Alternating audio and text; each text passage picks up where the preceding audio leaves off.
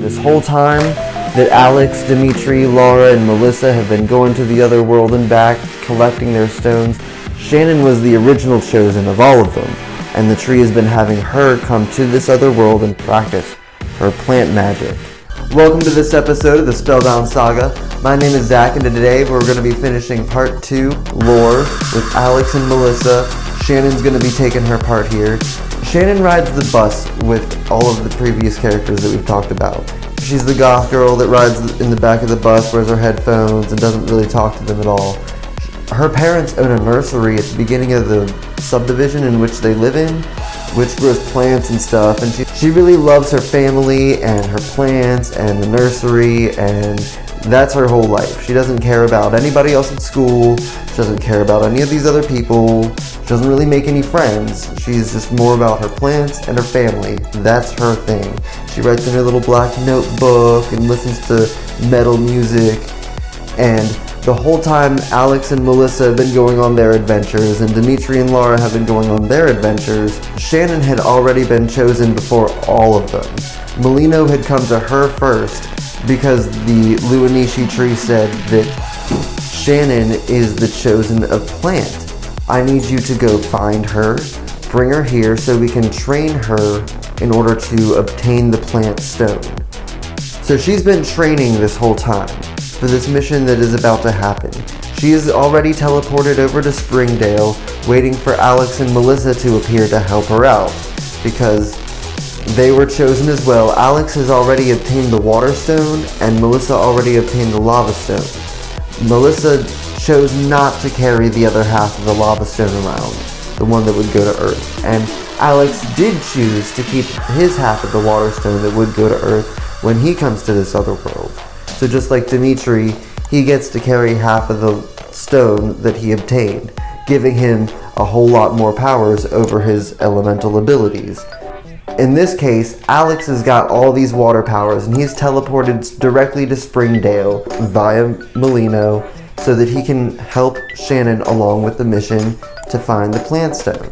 Melissa is also teleported to the other world, but she isn't teleported to Springdale. She's teleported just south of Springdale to a place called Farmington,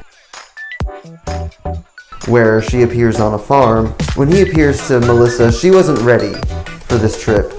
She said that she was, but she was just in her pajamas. She wasn't wearing shoes. So when she appears in the other world, she's barefoot in some mud, wandering around a farm. Her whole adventure has been cruise ships, island resort, back to the cruise ship, and she was expecting to be going to Springdale now for just a flowery festival is what she was expecting. Instead, she's on a farm somewhere, and this girl rides up to her on some machine and says, "Hey, what are you doing out here on my farm? That you shouldn't be here right now. There's animals around here that we raise called quorunks.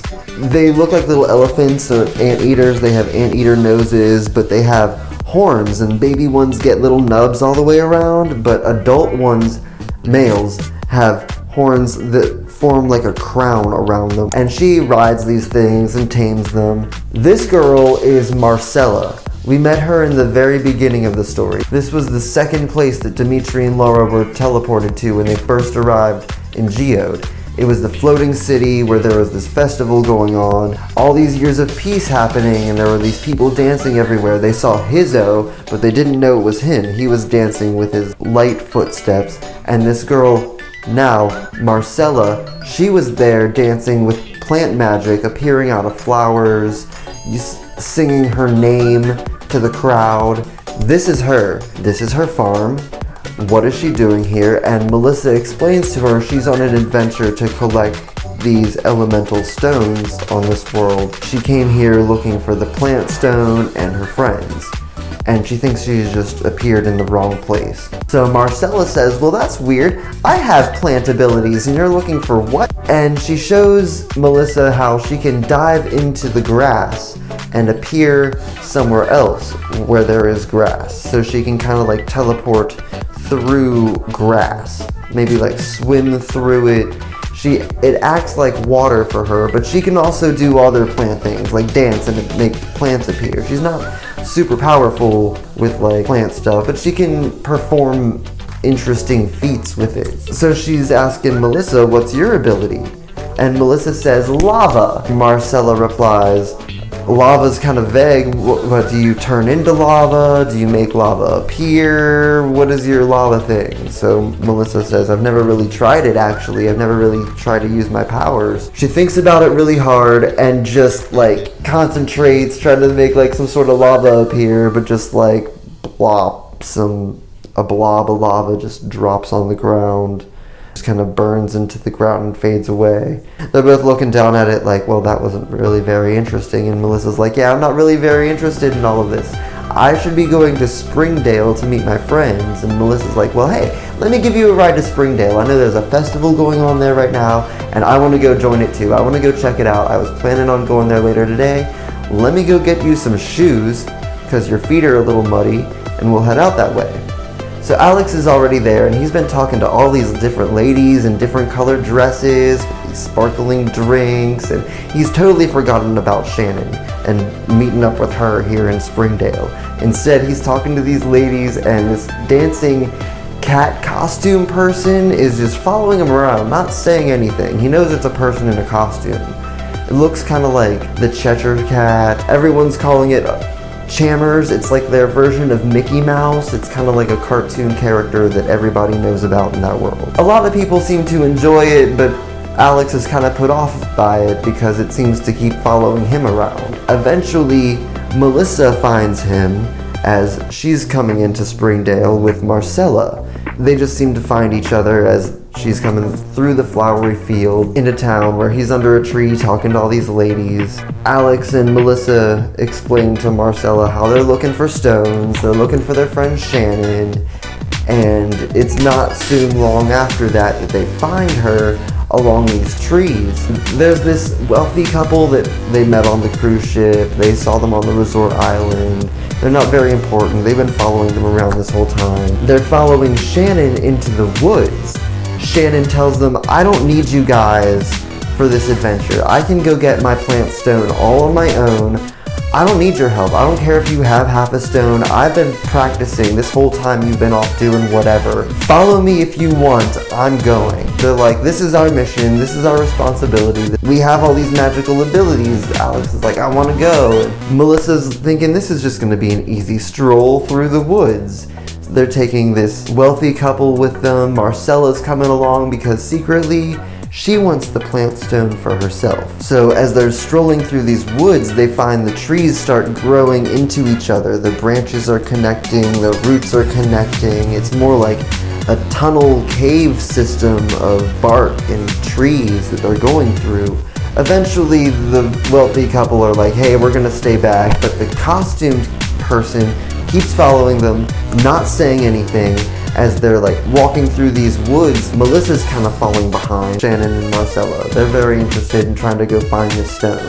They don't know exactly where it is. Shannon knows it's in the woods, so eventually they get blocked off. Like, the trees behind them just shut off. Melissa and Marcella are trying to use their plant powers to separate the trees again so they can get back to the way that they came. But it's just not happening for them. So they're like, let's try to find another way around because our magic's just not working on these trees. Something's wrong here. And as they walk through the trees and in between them, there's this gorilla snaking through the trees as well, watching them, waiting to come at them and smack them. It wants to eat them. So they're running from this gorilla as they see it like snaking its arms, trying to grab them through the trees, and they're racing through, following Shannon, and Shannon and Marcella just like moving the trees out of the way as best as they can, just dart away from it. And one of them's blocking the trees off behind them so that the gorilla can't get back to them. And there's this brightly lit like grove of trees leading out into this open area where they see this big red wooded elm, and they start running towards it just so that they can like be safe from this gorilla and know that it's gone. Well, the roots and vines start wrapping around Melissa's leg really quickly and pulling her in, and it's trying to like suck her into the trunk of the tree and trying to absorb her, and more vines are coming for the rest of them. Alex, Melissa, Marcella. So they can't really do anything because they can control plants, but this plant is controlling itself. And it is coming for them, and it's trying to eat them. It's some sort of carnivorous plant. In this world, it's called a blood elm, is what Marcella explains to them, and that it was rumored to not exist. So Alex's powers are water, and he's got all these water powers, but it's really just not working all that well because water helps plants. So Melissa's there, and she's barely got this like lava blob, and it's actually really helping. Even though she's being pulled into the tree, she's blobbing it up with lava as she's stuck inside of it, and it just bursts into ashes in front of them, just cloud of ashes all around them. And below her is a door, kind of like the ones that all the other stones have been behind. It's round and circular on the ground this time. It's got all these designs on it. Shannon's already been prepared for this. She already knows what to do. Melissa backs away from it as it opens up into a pit below. And on a pedestal in the ground below that doorway was the plant stone. Marcella jumps down and grabs it first. She picks it up out of the pedestal, but she doesn't react how they expect.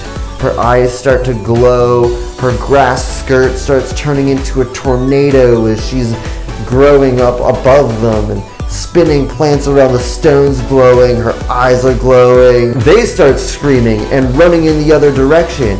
Marcella's chasing them. She's just wildly out of control with vines and plants and twisting around through the forest. She can't control herself. So Melino appears, everyone's gone.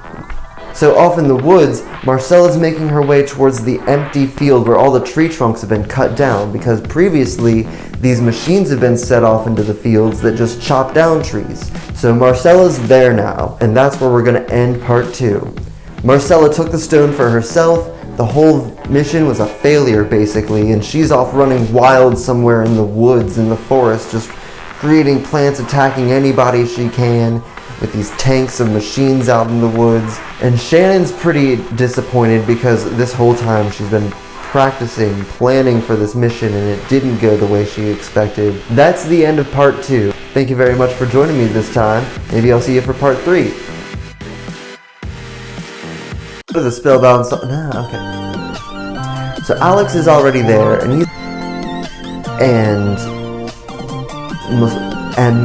So Marcella... She touches, obviously, the place, but Alex, Melissa, so Marcella's here on this world. No, that sounds like they died. That's the end of their adventures on this world. They're dead. They're not dead. They're not dead. Nobody died. Alex and... Next, we're going to pick up with part 3, where Dimitri and Lara are going to be we're going to be rejoining Dimitri and Lara.